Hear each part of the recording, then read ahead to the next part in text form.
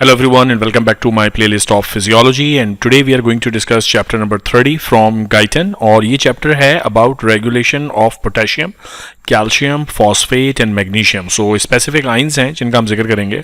Sodium regulation हमने previous chapter में discuss कर ली है. Potassium, calcium, phosphate and magnesium, और इसके साथ एसोसिएटेड जो इंटीग्रेशन है एक्स्ट्रा सेलुलर फ्लूइड वॉल्यूम की और ब्लड वॉल्यूम कंट्रोल की. सो इस पर भी हमने कॉमेंट करना है इस चैप्टर में. सो स्ट्रेट अवे स्टार्ट करते हैं. Regulation of extra cellular fluid potassium concentration and potassium excretion. So जो ECF है, एक्स्ट्रा सेलुलर फ्लूइड, देखें रीनल मॉड्यूल का पूरा सेंस ये है कि you should be able to understand कि how do we maintain homeostasis. जो बॉडी में जितने भी आइंस हैं वो किस तरह अपनी एक रेगुलर रेंज को मेंटेन करते हैं. सो किडनी का ये काम है कि अगर पोटेशियम की एक पर्टिकुलर रेंज बॉडी में मौजूद है एक्स्ट्रा सेलुलर फ्लूइड में, तो उसको उसी रेंज पर रखा जाए. ज़्यादा पोटेशियम हो तो उसको एक्सक्रीट कर दें, कम पोटेशियम हो तो पोटेशियम को रीएब्जॉर्ब कर लें, that sort of thing. Okay, so main function पूरा रीनल सिस्टम का है टू मेंटेन द होम्योस्टेसिस. अब पोटेशियम के हवाले से extracellular fluid potassium concentration normally is regulated at 4.2 milliequivalents per liter, seldom rising or falling more than plus minus 0.3. So 0.3 का change कभी कभार अगर हो गया तो हो गया. रीज़न इसका ये है कि अगर प्लाज्मा या ECF पोटेशियम कॉन्सेंट्रेशन चेंज होगी तो there will be consequences, there will be effect. So for example if there is a change in the direction of increment, अगर इंक्रीज होता है 3 से 4 milliequivalent, then the patient में experience cardiac arrhythmias. इतना serious है ये. So a little increase in potassium concentration will lead to a serious life threatening event. That sort of stuff. It's very important to maintain potassium at this particular value. A special difficulty in regulating extracellular potassium is the fact that most of the potassium, about 98% of the total body potassium, is contained within the cells, inside the cells, and only about 2% is contained in the extracellular fluid. यानी ज़्यादातर जो potassium है is present inside the cells और बाहर सिर्फ 2% है. तो एक तो है बहुत कम बाहर, दूसरा उस बहुत कम को मेंटेन करना, मैनेज करना आसान काम नहीं है. But anyways your body does it quite efficiently, और आपका जो पोटेशियम कॉन्सेंट्रेशन है प्लाज्मा में वो ऑलमोस्ट कांस्टेंट रहता है under healthy circumstances. So for 70 kg adult who has about 28 liters of intracellular fluid, which is about 40% of the body weight, and 14 liter extracellular, which is about 20% of the body weight, about 3920 milliequivalents of potassium are present inside the cell, and only about 59 milliequivalents are in the extracellular fluid. Also, the potassium contained in a single meal may be as high as about 50 milliequivalents. जब खाना खा रहे हैं तो कुछ diets में, vegetables में, fruits में potassium levels are very very high, and the daily intake therefore varies between 50 to 200 milliequivalents per day. But ये पोटेशियम मैनेज हो जाता है, मेंटेन हो जाता है, and we maintain the levels at this particular value per litre के हिसाब से. यहाँ हम बात कर रहे हैं, आप ये मत सोचिएगा कि यहाँ 4.2 का फिगर है, यहाँ 59 का फिगर है.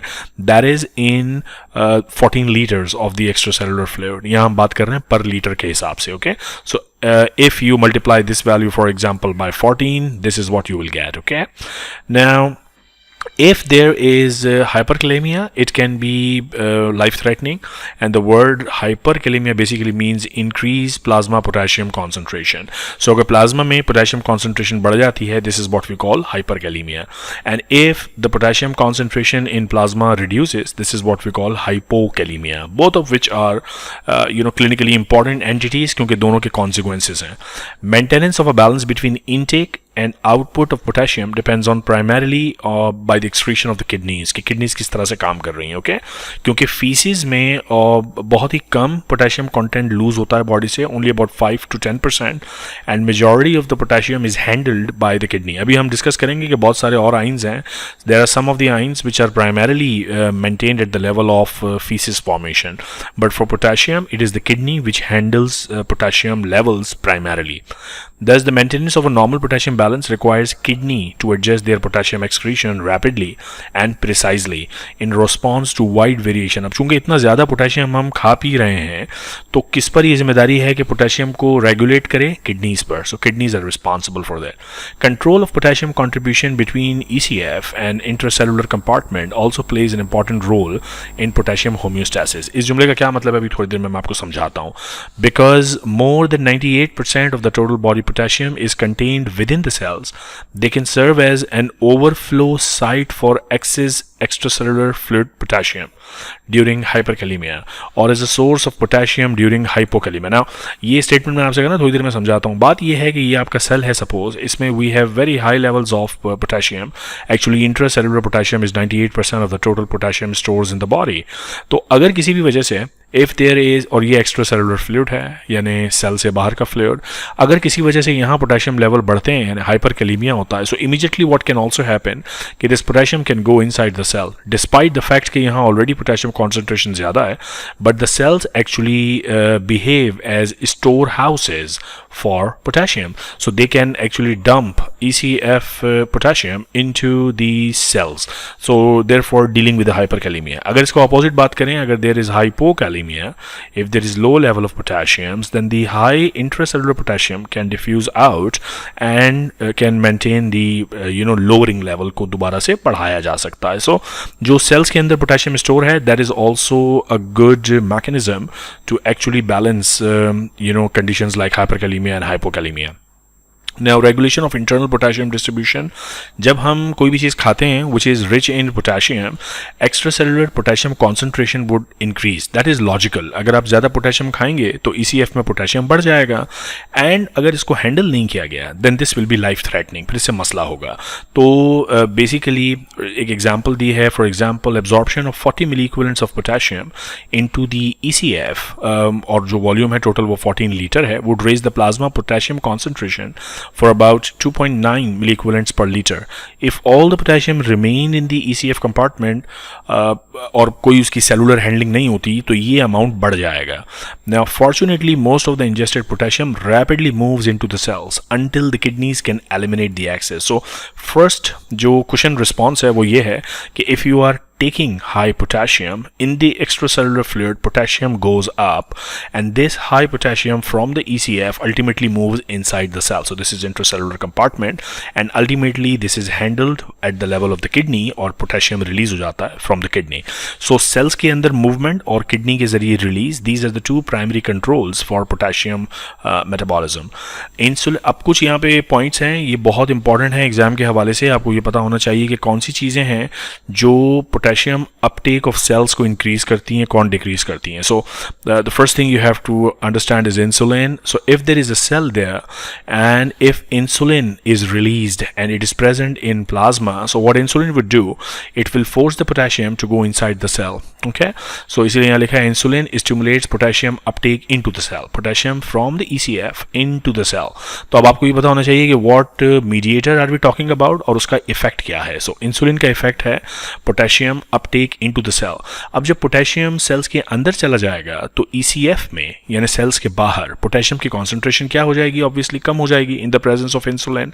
सो insulin can cause hypokalemia. Hypokalemia का मतलब है low potassium concentration in the extra cellular fluid. जब कभी ये वर्ड यूज करते हैं कैलेमिया, दैट बेसिकली मीन्स हम ECF की बात कर रहे हैं. सो हाइपोकैलेमिया मतलब reduce concentration of potassium in the ECF, hyperkalemia मतलब increase potassium in the ECF. So insulin stimulates sodium potassium adenosine triphosphate. इस पंप का नाम आपने कई दफ़ा सुना है. What's the job of this pump? The job of the pump is to handle sodium and potassium in a way that if this is a cell, उसकी ये सेल मेम्ब्रेन है, so the sodium potassium pump will do what? It will throw out sodium and it will get in potassium. So that's the job, okay? And if the activity is increased in the presence of insulin, more and more sodium will get out and more potassium will get into the cell. Okay, simple stuff. Including skeletal muscle में भी ऐसे ही हो रहा है. Insulin is important for increasing cell potassium uptake after a meal. In people who have insulin deficient diabetes mellitus, the rise in the plasma potassium concentration after eating a meal is much greater than normal. Injections of insulin, however, can help correct the hyperkalemia. All this is very logical. यानी जब आपने खाना खाया, ECF में potassium की value बढ़ गई और बंदा डायबिटिक है, इंसुलिन रिलीज ही नहीं हो रहा, so there will be a state of hyperkalemia. और अगर अब इसको इंसुलिन का इंजेक्शन आप दे देंगे, if you give the injection of insulin, this potassium will get into the cells. Okay, logical stuff. The next stuff is aldosterone की मौजूदगी से क्या होता है. सो अगर एल्डोस्टेरॉन रिलीज हो रहा है तो एल्डोस्टेरॉन से भी potassium uptake into the cell बढ़ जाएगा, यानी एल्डोस्टेरॉन का overall effect plasma concentration of potassium पे क्या होगा, it will reduce. Because if this is a cell for example and we have aldo there, this aldo will push potassium into the cell. So ECF में potassium क्या हो जाएगा, hypo. So aldosterone can cause hypokalemia. That sort of thing will make sense only if you have been through these lectures very deeply. Okay, so increased potassium intake also stimulates secretion of aldosterone, which increases cell potassium uptake. So now there are some conditions. For example, when there is excessive aldosterone secretion, such as in Conn syndrome, imagine what's happening there. So if this is a cell and there is a lot of aldo available, so if the aldo levels are increased, such as in Conn syndrome, most of the potassium will be pushed into the cell. So Conn syndrome will lead to hypokalemia. So the Conn syndrome will lead to hyperkalemia, means decreased potassium level in the ECF. Okay, it should make sense to you. Conversely, if there is deficiency of aldosterone, which is a decent disease, then there is nobody to push potassium into the cells. ऐसा भी नहीं है कि there is nobody. Insulin will do the job and other factors will be there, but aldosterone is not there.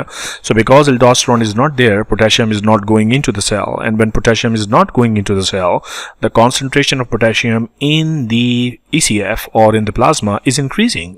This is called hyperkalemia.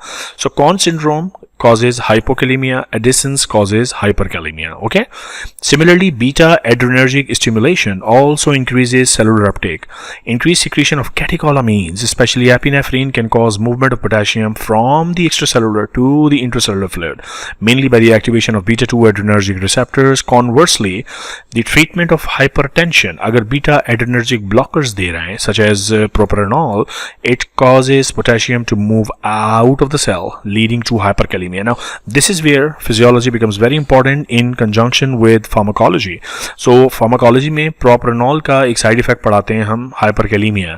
तो यहाँ उसकी explanation है. तो अगर आपने physiology अच्छे से पढ़ रखी है तो आपको पता है कि what we are talking about, कि propranolol is basically beta adrenergic receptor blocker. और अगर इन receptors को आप block कर देंगे तो potassium entry into the cell नहीं होगी बल्कि out of the cell होगी, leading to hyperkalemia. So, the side effects are easily understood if you understand the physiology.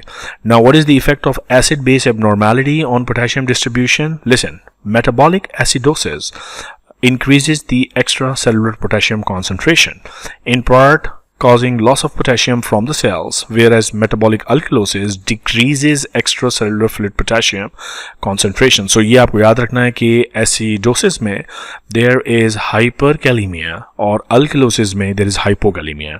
Although the mechanism responsible for the effect of hydrogen ion concentration on the internal distribution of potassium are not fully understood. One effect of increased hydrogen ion to the activity of sodium potassium pump is known कि it reduces the activity. So if the hydrogen ion concentration is more, which means acidosis, so hydrogen ion more means acidosis. In acidosis there is less activity of sodium potassium pump, और जब less activity of sodium potassium pump होगा, what is the job of the sodium potassium pump? To move sodium out of the cell and to put back potassium into the cell. That's the job. और potassium इस पूरी activity में अगर हम इस pump को block कर दें तो पोटेशियम की एंट्री नहीं होगी and there will be more and more potassium in the ECF, जिसका मतलब ये हुआ कि एसिडोसिस में there will be hyperkalemia. So ये जो फर्स्ट लाइन लिखी हुई है, in acidosis there will be increased extracellular potassium because this potassium is not going into the cell. Okay, so ये इसकी फिजियोलॉजिकल एक्सप्लेनेशन है. दिस और ये फिर सारी is the same thing. Cell lysis causes increase extracellular potassium and that makes sense कि ये cell है, cell is a bag full of potassium और अगर ये सेल बर्स्ट करता है, फटता है, लाइज होता है तो ये सारा पोटेशियम बाहर आएगा एक्स्ट्रासेलुलर फ्लूइड में. तो तमाम वो डिसऑर्डर्स जिसमें there is cellular rupture, think about lymphomas, think about plasma dyscrasias, think about any disease जिसमें there is rupture, sickle cell disease for example neoplasms में होता है. So whenever there is rupture of cell, more and more potassium gets out into the ECF and causes hyperkalemia. So hyperkalemia matlab increase in potassium in the ECF. Okay, strenuous exercise can also lead to hyperkalemia by releasing potassium from the cells. muscle cells particularly. During prolonged exercise, potassium is released from the skeletal muscle into the ECF. Usually hyperkalemia is mild, but it may be clinically significant after heavy exercise, especially in patients who are treated with beta adrenergic blocker.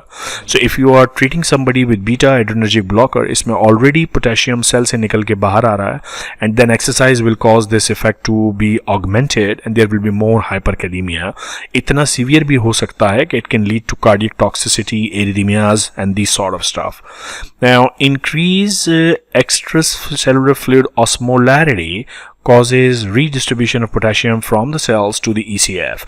अगर extracellular fluid osmolarity बढ़ जाती है because of any reason, such as because of volume depletion, such as because of vomiting, diarrhea, so what happens that there is loss of fluid and volume and the solute increases in the ECF. उसका result में होता क्या है? It causes osmotic flow of water out of the cell. ये बात हमने पहले भी कई दफ़ा डिस्कस की है कि suppose we have a group of cells here. That's a cell, and this is the ECF, extracellular fluid compartment, and we are talking about that there is now more osmolarity in the ECF, so osmolarity has increased. अगर solute बढ़ जाएगा, osmolarity increase होने का मतलब है कि there is more solute in there. If there is more solute, that by definition of a solution means that there is less solvent as well. भाई solute ज़्यादा होगा तो solvent यानी water कम हो जाएगा, water यहाँ कम हो जाएगा तो cell में ज़्यादा है, ज़्यादा से बाहर की तरफ आ जाएगा, कम की तरफ water. So the water will move out of the cell if there is increased osmolarity. So ये आपको sentence समझ में आ गया? Increased extracellular fluid osmolarity causes osmotic flow out of the cells. ठीक है, water बाहर निकलेगा. The cellular dehydration will happen. It increases intracellular potassium concentration, thereby promoting the diffusion of potassium out of the cell and increasing the ECF potassium concentration. यानी पूरी story basically ये है कि let me do this one more time for you. So let us do it again. So we have a cell here, and let me draw a bigger cell this time. So we have a cell here, and this cell contains, we know it contains potassium. And if the extracellular fluid osmolarity increases, we know that water will come out, and when the water will come out, यहाँ cell के अंदर potassium की concentration मज़ीद बढ़ जाएगी. It will be more concentrated. So जो gradient है ECF में potassium का और cell के अंदर potassium का, ये gradient मज़ीद बढ़ जाएगा because potassium की concentration और बढ़ गई है, पानी बाहर चला गया ना, तो ये concentrate हो गया. Now it will happily come out of the cell. So increase osmolarity in the ECF will cause extracellular fluid potassium increment. Okay, this is what it's saying. Now, so all these headings are very, very important. You should be able to tell what are the effects of insulin or potassium uptake by the cells, the effects of aldosterone, beta adrenergic stimulation, cell फट रहे हैं तो क्या effect होगा, acid base abnormalities में क्या effect है, exercise का क्या effect है. So all very important discussion. Okay, now let us overview how kidneys actually handle potassium excretion. ये हमने पिछली वीडियोस में भी डिस्कस किया है, but we have to do it one more time कि what is the kidney handling of potassium. Renal potassium का जो पूरा mechanism है, it is dependent on three basic processes. Number one, the rate of potassium filtration at the level of the glomerulus, यानी GFR पे depend करता है. The rate of potassium reabsorption by the tubules and the rate of potassium secretion. देखें ये तीनों terminologies आपको पिछली videos अगर आप मेरी renal physiology की देखते हुए आ रहे हैं तो समझ में आनी चाहिए. We basically have the Bowman capsule. Then we have the proximal convoluted tubule, loop of Henle, distal convoluted tubule, collecting ducts. अब यहाँ Bowman capsule के लेवल पर there is glomerulus, और यहाँ जो चीज़ें फिल्टर होती हैं इसे हम नाम देते हैं GFR, glomerular filtration rate. Then there are stuff which are reabsorbed into the blood, और ये जो reabsorb हो रहा है blood में, so पहला स्टेप है filtration का, दूसरा स्टेप है reabsorption का. तो पोटेशियम यहाँ से फिल्टर होता है और फिर कुछ पोटेशियम यहाँ से reabsorb हो जाता है. But there is some potassium which is also secreted from the blood into the nephron, और ये जो secretion वाला स्टेप है ये एक्चुअली पोटेशियम के लिए बहुत इंपॉर्टेंट है, अभी हम देखेंगे थोड़ी देर में. So these are the three steps जिनके बारे में अंडरस्टैंडिंग आपको होनी चाहिए कि पोटेशियम कितना फिल्टर होता है, पोटेशियम कितना रीएब्जॉर्ब होता है और फिर पोटेशियम कितना सीक्रीट होता है, तो ultimately we manage the final levels of potassium in the body. ये 3 स्टेप्स हैं। The normal rate of potassium filtration by glomerular capillaries is about 756 milliequivalent per day. इसका मतलब ये है कि 180 लीटर्स पर डे जीएफआर जो produce हो रहा है उसमें पोटेशियम कितना फिल्टर होके आ रहा है, 756। अब this rate of filtration is relatively constant in a healthy person because of the auto regulatory mechanisms of GFR जो हमने पहले डिस्कस किए हुए हैं। लेकिन ये जितना भी फिल्टर हुआ है दिस अमाउंट 756 रफली पूरे दिन में पोटेशियम, इसमें से तकरीबन 65% of the filtered potassium is reabsorbed into the proximal convoluted tubule. Another 25 to 30% of the filtered potassium is reabsorbed in the loop of Henle. तो काफी सारा potassium reabsorb हो गया, especially in the thick ascending part of the loop of Henle, okay, and co-transported along with the sodium. You remember the sodium, potassium, chloride channels. So potassium reabsorb हो रहा है. Most of it is reabsorbed in the proximal tubule, and 20 to 30% is reabsorbed in the loop of Henle. In the proximal tubule and the loop of Henle, a relatively constant fraction of filtered potassium load is reabsorbed. Changes in potassium reabsorption in these segments can influence ultimate potassium excretion, but most of the daily variation of the potassium excretion is not due to the changes in the reabsorption. The collecting tubule and collecting ducts reabsorb potassium at variable rates depending upon the potassium intake, and that is the main phenomena which is important in regulation of potassium excretion. मैंने यहाँ पे आपको 3 steps बताया. So this is a nephron ना, यहाँ पे filter होगा, filter होने के बाद दो चीज़ दोबारा ब्लड में आ जाएगी. This process is called reabsorption, but there is some stuff which is coming back into the nephron from the blood. This is known as secretion. तो secretion का जो फिनोमिना है it is more important for potassium regulation. ये बात अभी हम करते भी हैं थोड़ी देर में. Now, variable potassium secretion in distal and collecting tubule mediate most daily changes in potassium excretion. यानी कि secretion वाली चीज सबसे important है. देखो reabsorption कहाँ हो रही है? Reabsorption हो रही है proximal convoluted tubule में, reabsorption हो रही है in the loop of Henle, लेकिन secretion का process कहाँ हो रहा है? Secretion का process हो रहा है distal collecting tubules में और collecting ducts में. Okay, the most important site for regulating potassium excretion are principal cells of the late distal tubule and the cortical collecting tubule.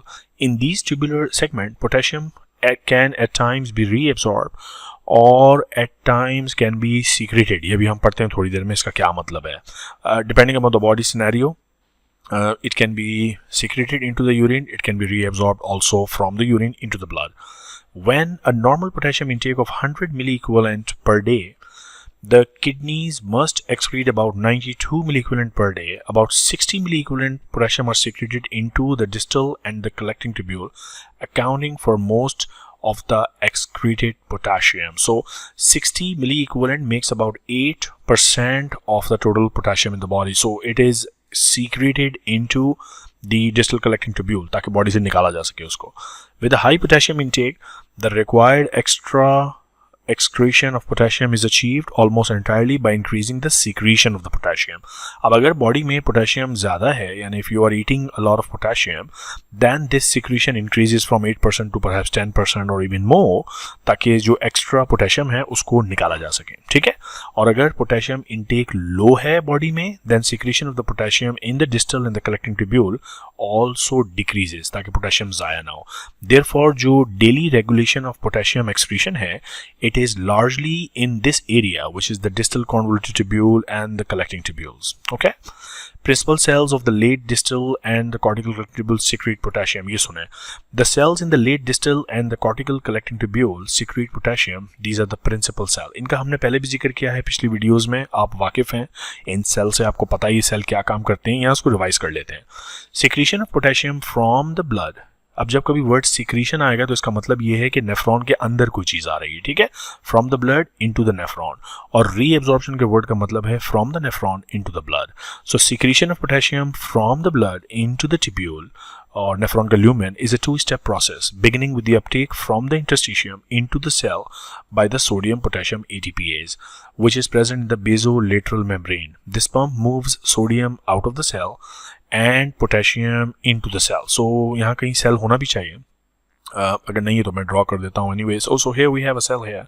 Suppose this is the cell. I don't know ये क्या label किया है इन्होंने. Anyways ये भी principal cell ही है. तो मैं यहाँ आपको बता देता हूँ. Look at this cell and the story begins. You have to orient yourself with the diagram. So this is the diagram of some cell. उसके एक तरफ देयर इज ट्यूबुलर ल्यूमेन. तो ये नेफ्रॉन है, ये फिल्ट्रेट है, यूरिन यहाँ पर है. And this is the renal interstitium and then there will be blood vessel. तो जो भी चीज़ इंटरस्टिशियम में आएगी it can actually be reabsorbed into the blood. तो होता ये है कि step number 1, sodium potassium ATPase pump जो है it pushes out sodium out from the cell into the interstitium and the potassium goes into the cell from the interstitium. So ये step number 1 हो गया. अब इस स्टेप नंबर 1 में हुआ ये कि प्रिंसिपल सेल के अंदर पोटेशियम आ गया. अब जब पोटेशियम प्रिंसिपल सेल के अंदर आएगा तो ऑब्वियसली इसकी कॉन्सेंट्रेशन बढ़ जाएगी. So there is potassium into the interior of the cell. The second step would be is a passive diffusion of potassium from the interior of the cell into the tubular fluid. So अब जब यहाँ एक दफ़ा potassium आ गया because of this pump, now there is more and more potassium. This potassium leaks out. और ये जो potassium बाहर आउट का मतलब क्या है? into the urine. इसी प्रोसेस को हम नाम देते हैं ना सिक्रीशन. सिक्रीशन यही होता है ना. सिक्रीशन का मतलब ये है कि इंटरस्टिशियम से कोई भी चीज़ ल्यूमेन ऑफ द नेफ्रॉन में आ जाए. This is what we called secretion. So secretion में number 1 sodium potassium ATPase. Sodium को बाहर फेंकेगा, पोटेशियम को अंदर लाएगा. अंदर जब पोटेशियम आ जाएगा तो पोटेशियम की कॉन्सेंट्रेशन बढ़ जाएगी और ये पोटेशियम सेल से निकल के ट्यूबुलर ल्यूमेन में आ जाएगा. 2 तरह के चैनल यूटिलाइज होंगे इस काम में. पोटेशियम को नेफ्रॉन और फिल्ट्रेट या यूरिन में डालने के लिए these channels are known as renal outer medullary potassium channels, ROMK, and the other one is known as high conductance big potassium channel, so BK. Okay, both these type of channels are required for efficient renal potassium excretion, and their abundance in the luminal membrane is increased during high potassium intake. जब body में potassium ज़्यादा है तो ये वाले channel बढ़ जाते हैं ताकि ज़्यादा पोटेशियम बाहर निकाला जाए. कहाँ से कहाँ? From the principal cell to the lumen. Okay, so that is very important aspect of potassium handling by the principal cell. The primary factor that control potassium secretion by the principal cell of the late distal and the cortical collecting tubule are the following: activity of the sodium potassium ATPase, the electrochemical gradient for potassium secretion from the blood into the tubular lumen, and the permeability of the luminal membrane for potassium. अब ये जो permeability of luminal membrane for potassium है, it is actually increased because of these channels are there. तो ज़्यादा potassium निकल जाता है. Sodium potassium ATPase की जो एक्टिविटी है, इससे क्या फ़र्क पड़ता है? इससे ये फ़र्क पड़ता है कि जितना ये पंप एक्टिव होगा, सोडियम उतना बाहर निकलेगा, पोटेशियम उतना अंदर आएगा. जितना ज़्यादा अंदर पोटेशियम होगा उतना पोटेशियम तेज़ी से ट्यूबुलर ल्यूमेन में पहुँच जाएगा. ओके, ऑल लॉजिकल स्टफ, कोई मुश्किल चीज़ नहीं. एक और सेल टाइप होती है which is very important, which is the intercalated type cell. और इसकी 2 कैटेगरीज थी, intercalated type A cell and type B cells, जो अलग अलग काम करते हैं. In circumstances associated with severe potassium depletion there is cessation of potassium secretion. और ये मेक सेंस करती है बात कि अगर पोटेशियम बॉडी में कम है तो सिक्रीशन भी कम हो जाएगी, क्योंकि अब बॉडी के पास एक्स्ट्रा पोटेशियम है ही नहीं, तो वो क्या रिलीज करे? कुछ रिलीज करने को है ही नहीं. Therefore it stops the secretion of potassium. This और इनफैक्ट रीअब्जॉर्प्शन ज़्यादा हो रही होती है. This reabsorption occurs by type A intercalated cells. Actually ये सेंटेंस मैंने शायद कंप्लीट नहीं किया.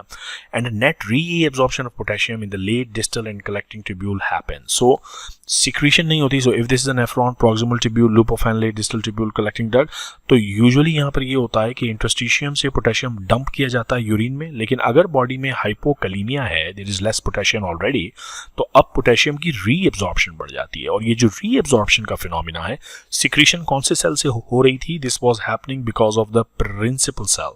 प्रिंसिपल सेल से पोटेशियम यूरिन में ऐड हो रहा है, लेकिन इंटरकैलेटेड सेल की वजह से पोटेशियम यूरिन से निकल के दोबारा बॉडी में आता है, क्योंकि बॉडी को पोटेशियम की जरूरत है.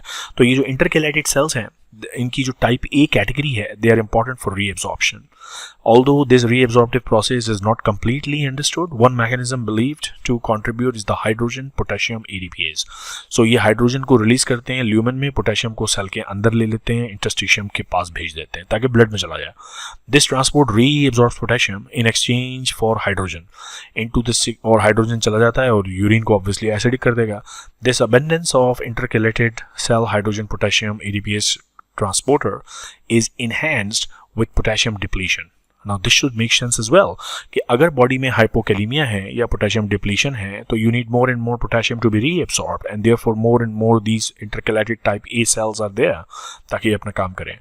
अब कन्वर्स पोजीशन है, अगर बॉडी में पोटेशियम की कॉन्सेंट्रेशन बढ़ जाए, there is more potassium in the body, which means that we are talking about a condition of hyperkalemia. So in case of hyperkalemia type B intercalated cells क्या करते हैं सुनिए, and they are also present in the late distal tubule and the collecting tubule. They actively secrete potassium into the lumen. तो मैं हमेशा student से ये बात करता हूँ कि मुझे बताएं कि इंटरकैलेटेड सेल्स का काम क्या है, पोटेशियम को रीअब्सॉर्ब करना या पोटेशियम को एक्सक्रीट करना। अक्सर स्टूडेंट कहते हैं सर पोटेशियम को रीअब्सॉर्ब करना, लेकिन इसका जवाब ये है कि it depends upon the scenario. If there is deficiency of potassium in the body then type A cells are active and this will reabsorb potassium into the blood. But if there is excess of potassium in the body, then type B intercalated cells are active and this will lead to excretion of potassium. Okay, so that's a very very important concept. Intercalated cell दोनों तरफ काम करते हैं, absorb भी करते हैं potassium को, secrete भी करते हैं। It depends upon कि बॉडी की रिक्वायरमेंट क्या है। Okay, अब हमने जितनी भी सारी बात की है उसका एक क्विक रीकैप है, summary of the major factors that regulate potassium secretion because potassium is extremely important. तो ये सेक्शन ऑफ पोटेशियम रेगुलेशन काफ़ी लंबा है इस चैप्टर में, but anyways now we are towards the end of potassium regulation. Let's talk about the summary of major factors which play a role in potassium reabsorption secretion. Because of the normal regulation of the potassium excretion occurs mainly as a result of the changes in potassium secretion by the principal cells. ये हमने इस कहानी पढ़ ली सारी क्या है। The most important factor which stimulate potassium secretion. Potassium secretion का मतलब है बॉडी से निकल जाएगा यूरिन में और यूरिन से बाहर, ठीक है। By the principal cell include the following. If there is increased extracellular fluid potassium, and this should make sense. अगर बॉडी में ज़्यादा पोटेशियम है तो ज़्यादा पोटेशियम सिक्रीट होगा, simple. Increase aldo levels will increase potassium secretion and increase tubular flow rate. अब ये तीनों फैक्टर्स किस तरह काम करते हैं उनकी डिटेल्स अभी डिस्कस करते हैं वन बाय वन। पहली हेडिंग तो बड़ी आसान सी है, simple. If there is increase ECF potassium there is increase secretion of potassium. So अगर ये नेफ्रॉन है और ये proximal tubule, loop of Henle, distal tubule, collecting duct, तो अगर बॉडी में already there is hyperkalemia then there will be more and more secretion of potassium into the collecting tubule and it will be peed out. It will be getting out of the body in urine. So step number 1, very very simple. Increase ECF potassium, increase potassium secretion, no problem. तो ये heading मुझे actually discuss करने की ज़रूरत भी नहीं है, but they have told here कि क्या क्या मैकेनिज्म है।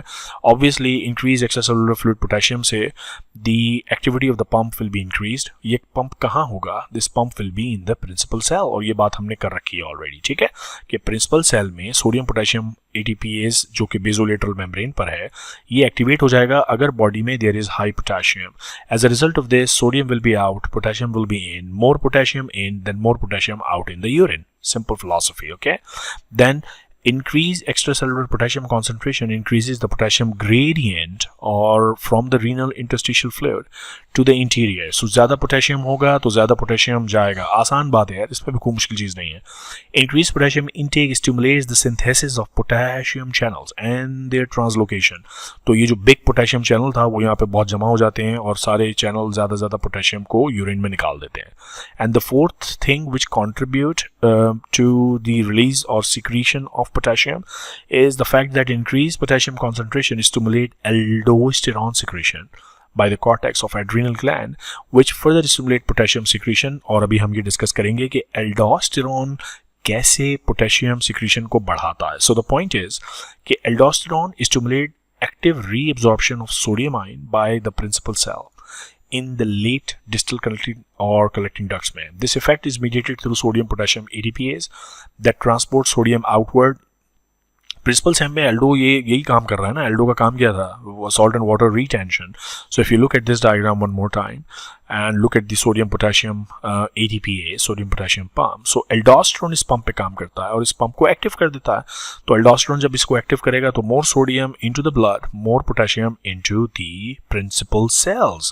और ज़्यादा से ज़्यादा पोटेशियम जब यहाँ आएगा तो ज़्यादा से ज़्यादा पोटेशियम रिलीज भी होगा. Nothing difficult here. So अगर आप मेरी रीनल फिजियोलॉजी की पिछली वीडियोस देखते हुए आ रहे हैं तो ये डिस्कशन आपके लिए is not a big deal. You understand it, okay? Now Increased extracellular potassium ion concentration stimulates aldosterone secretion. So aldosterone secretion के actually बहुत सारे stimuli हैं. One of them is increased ECF potassium. So when there is increased ECF potassium, aldosterone secretion is increased. इस पूरी heading में यही है, nothing else than that.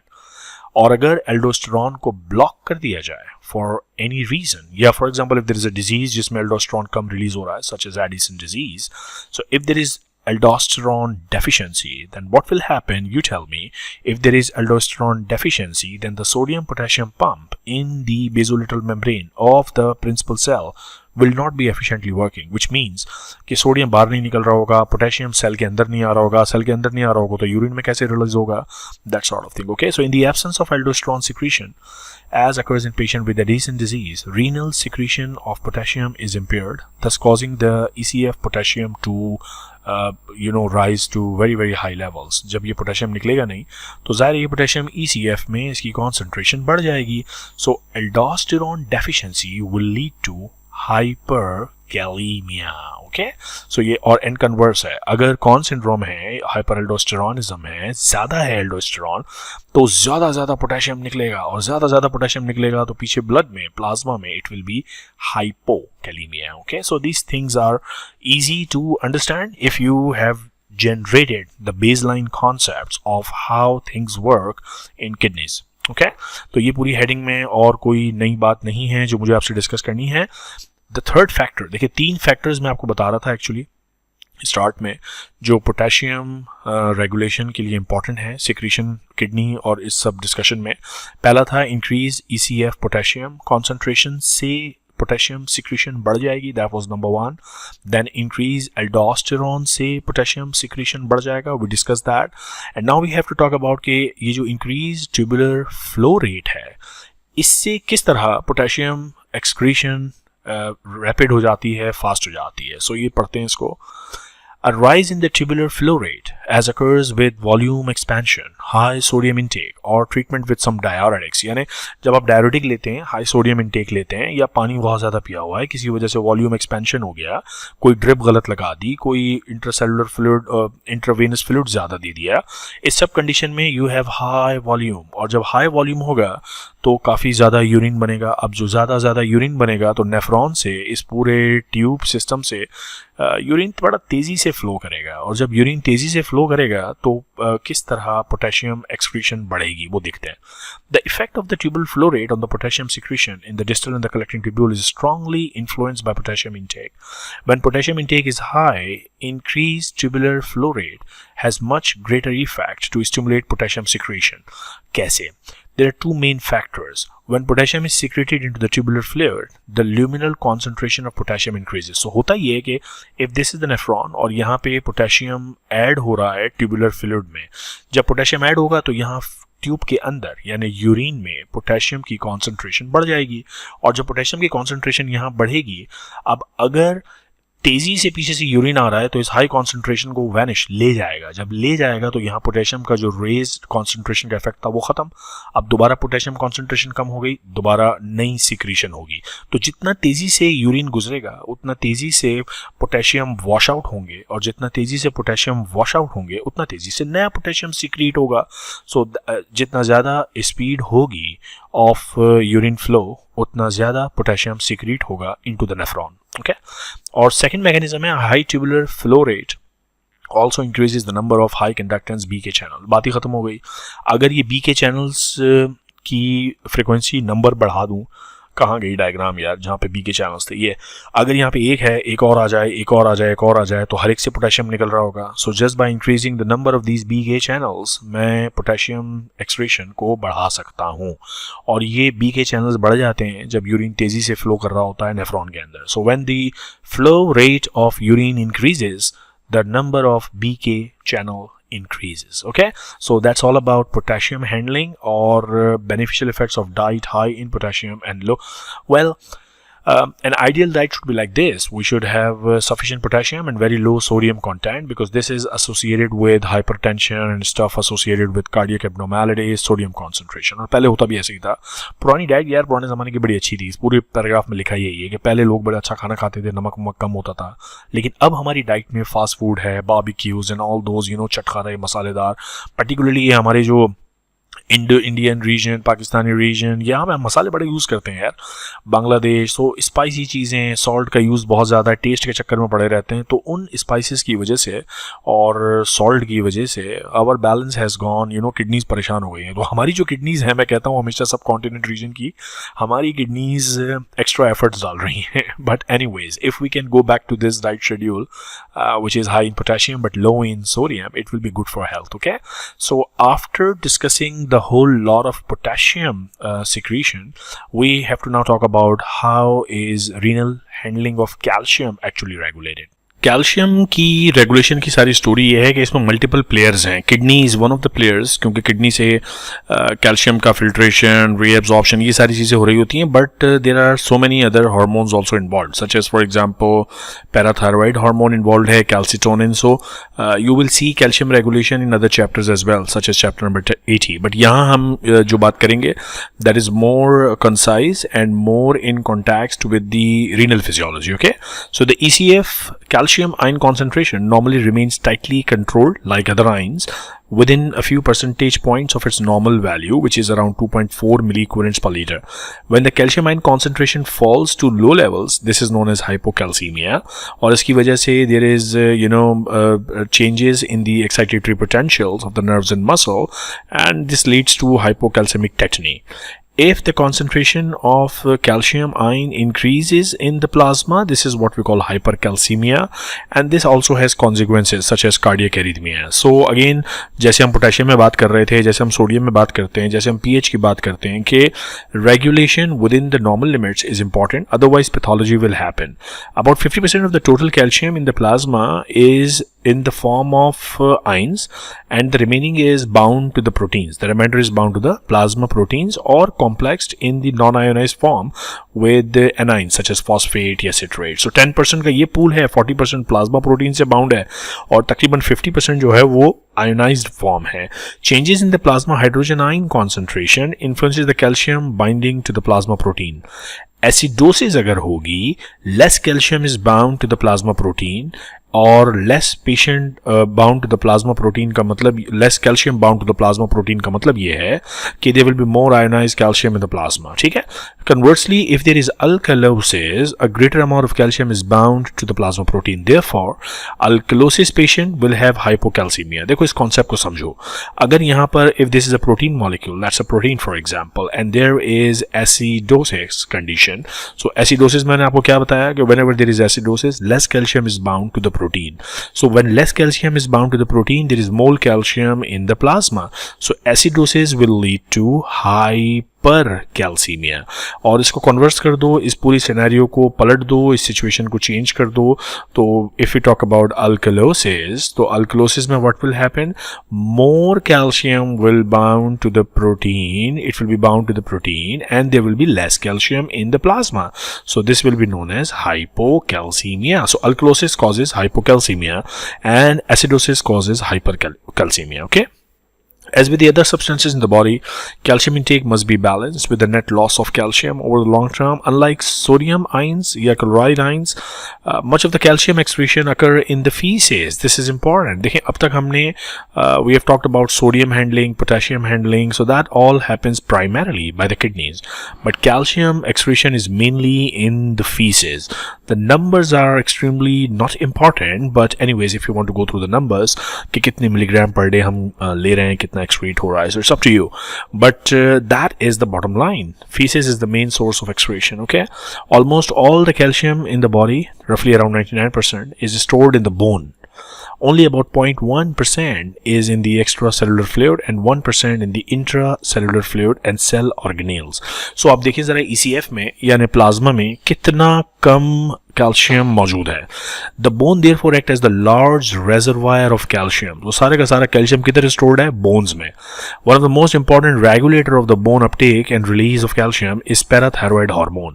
When ECF calcium concentration falls below normal, यानी calcium की concentration plasma में कम होती है जब, then what happens, the activity of the calcium sensing receptors on the cell membrane of the parathyroid gland is reduced, और इन receptor की रिडक्शन से होता ये है कि पीटीएच की कॉन्सेंट्रेशन बढ़ जाती है. अब ब्लड में आ जाता है PTH, and this hormone then acts directly on the bone to increase the reabsorption of the bone salts and release large amount of calcium into the blood, into the extracellular fluid.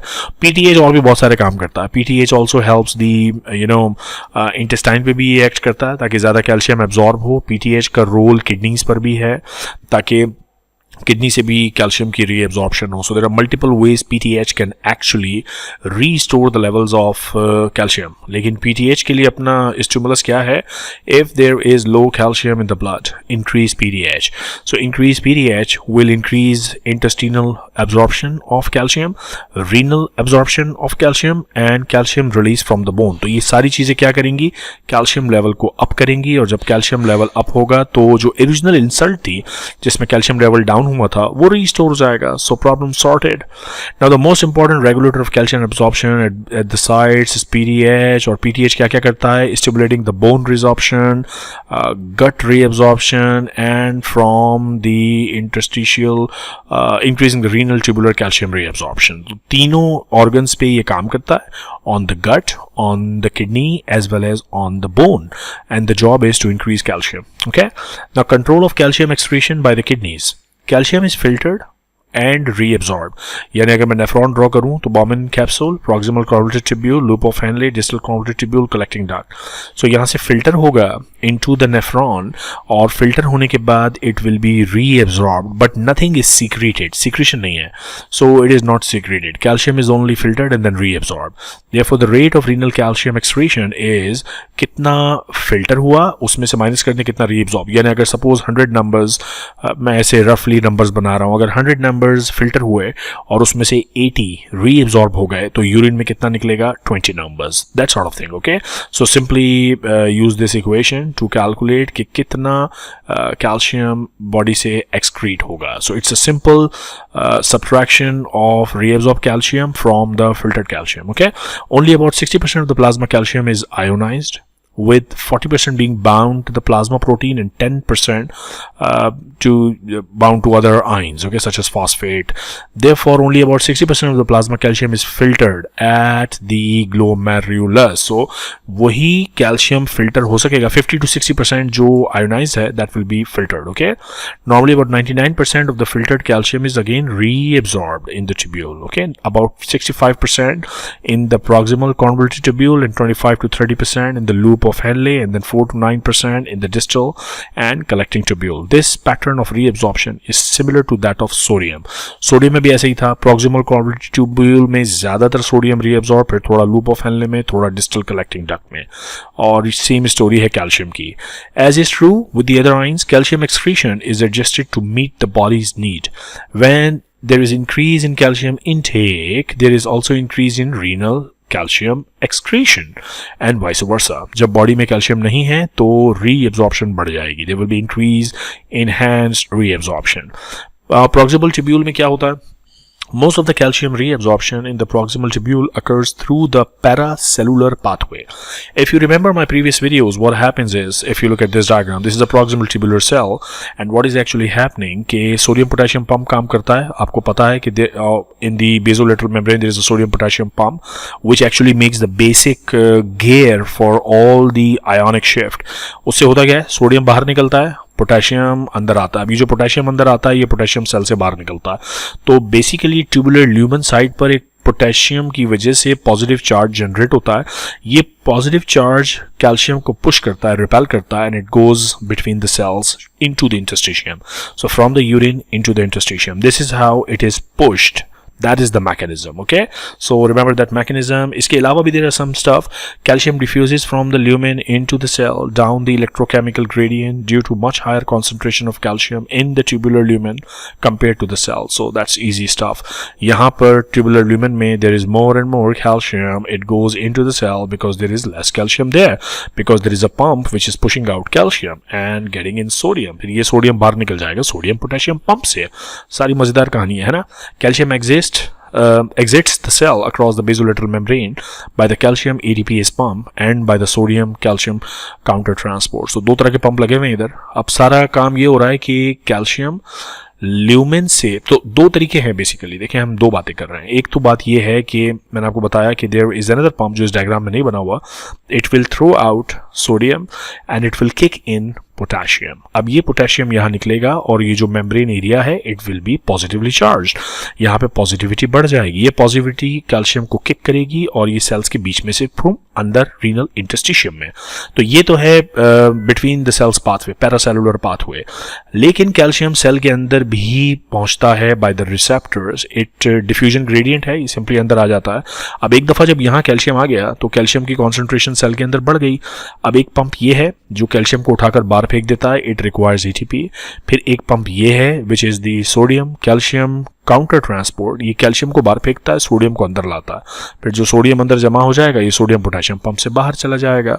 So that's how the calcium is handled at the level of the proximal convoluted tubule. Then there is loop of Henle handling.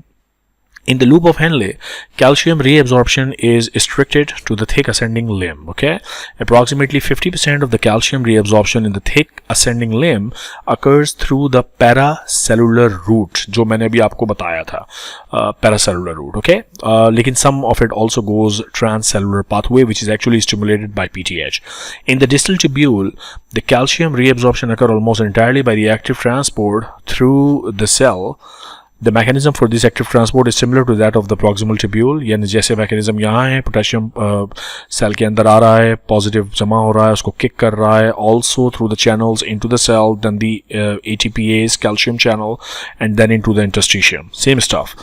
Okay, it involves diffusion across the luminal membrane, यानी इस तरह diffusion हुई, and then there are calcium ATPase pump in this segment as well as in the loop of Henle.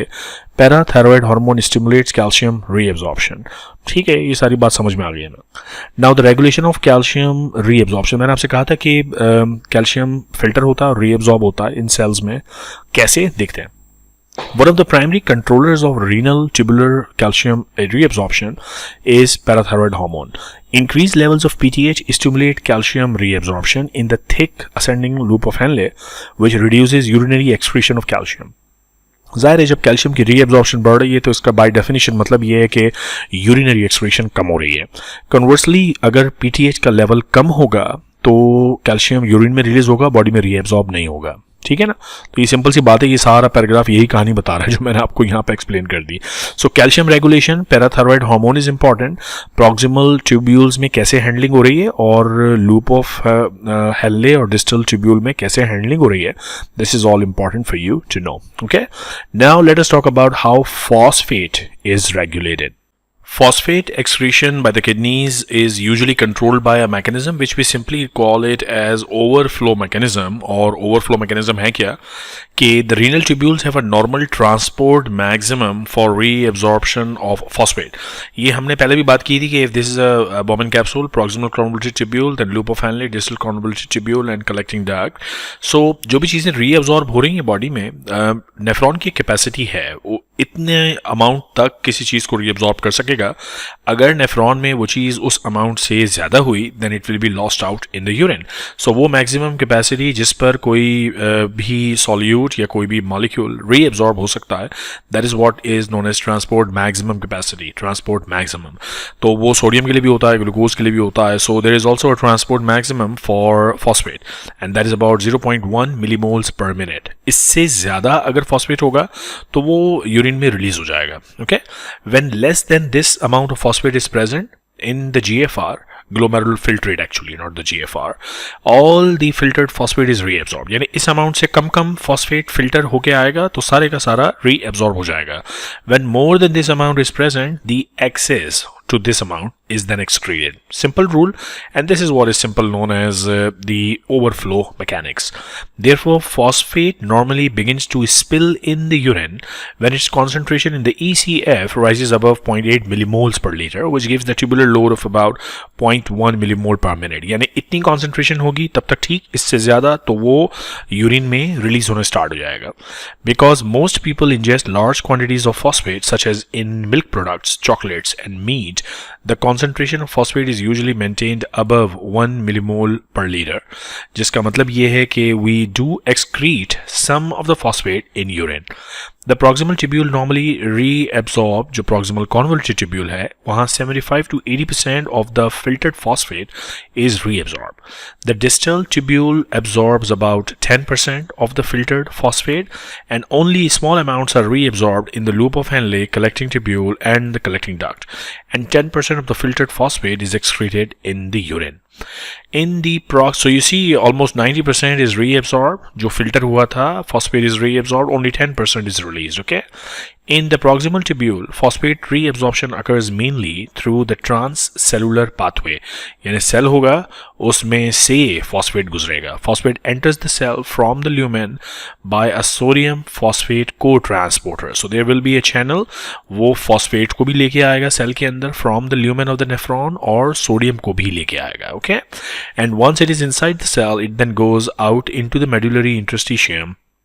कैसे ये mechanism बिल्कुल clearly पता नहीं है कि फॉस्फेट बेसोलेटल मेम्ब्रेन से कैसे जाता है इंटरस्टिशियम में, but who knows that there is a counter transport mechanism कि फॉस्फेट को निकाला जाता है नेफ्रॉन के सेल से बाहर और बदले में कोई और आयन अंदर, जैसे हम बहुत सारी चीज़ों में देखते हैं. Sodium hydrogen counter transport, for example sodium calcium counter transport. हो सकता है फॉस्फेट का भी यहाँ कोई काउंटर ट्रांसपोर्ट हो. It's not been discovered as yet. Changes in the tubular phosphate reabsorptive capacity can also occur in different condition and influence the phosphate excretion. For example, if somebody is taking diet low in phosphate, can over time increase the phosphate reabsorption. So low dietary phosphate, इसका मतलब body में phosphate की कमी है, इसका मतलब reabsorption ज़्यादा होगी. Simple stuff. Parathyroid की स्टोरी बड़ी इंपॉर्टेंट है because parathyroid hormone can play a significant role in regulating phosphate concentration by two effects. Number one, parathyroid hormone promotes bone resorption, thereby releasing large amount of phosphate into the blood, and ये जो large amount of phosphate है, then it is excreted out of the kidneys. Second point ये है कि जो parathyroid hormone है, it decreases the abundance of sodium phosphate co-transporter. अब होगा क्या कि ये सेल था जिसमें सोडियम और फॉस्फेट को ट्रांसपोर्टर था जो ल्यूमेन से फॉस्फेट को ट्रांसपोर्ट कर रहा था इनटू द सेल. इन चैनल्स की अबंडेंस को कम कर देता है पैराथायरॉयड हार्मोन. अगर इनकी चैनल की अबंडेंस कम हो जाएगी तो फॉस्फेट एब्सॉर्ब नहीं होगा बल्कि एक्सक्रीट होगा यूरिन में. इसीलिए हम कहते हैं कि पैराथायरॉयड हार्मोन का नेट इफेक्ट ये है कि अगर पैराथायरॉयड हार्मोन के लेवल्स बढ़ते हैं तो फॉस्फेट यूरिन में एक्सक्रीट हो जाता है. देयरफॉर ये देखें, parathyroid hormone, phosphate trashing hormone, it trashes phosphate into the urine. Okay, so whenever plasma pH is increased, tubular phosphate reabsorption is decreased and more phosphate is excreted. आसान सी बात है ये. So phosphate metabolism was not difficult. Now let's talk about the last bit, which is the magnesium excretion in the kidney. More than half of the body's magnesium is stored in the bones. Calcium के बारे में भी ऐसे ही था कि most of the calcium was stored in the bones. Magnesium also more than half in the bones. Most of the rest is within the cells, with less than 1% only in the ECF. Although the total plasma magnesium concentration is about 1.8 milliequivalent per liter, more than half of this is found bound to the plasma protein. Therefore, free ionized calcium की तरह free ionized magnesium भी बहुत ही कम है, 0.8 milliequivalents. The normal daily intake of the magnesium is 250 to 300 milligrams per day, but only half of this is absorbed by the GI tract. उसका मतलब है कि roughly around 150 milligrams per day हम absorb करते हैं. To maintain magnesium balance, kidneys must excrete this absorbed magnesium, about half the daily intake of the magnesium, or 125 to 50 milligrams per day. The kidney normally excrete 10 to 15% of the magnesium through the glomerular filtration. 10 to 15% handling of magnesium in the kidney. Baki other routes such as feces. Renal excretion of magnesium can increase markedly during magnesium excess. अगर body में बहुत ज़्यादा है तो excretion बढ़ जाएगी. Regulation of magnesium excretion is achieved mainly by changing tubular reabsorption. The proximal tubule reabsorbs about 25% of the filtered magnesium. The primary site of reabsorption is the loop of Henle, जहाँ 65. देखिए, this is unlike sodium, glucose, calcium.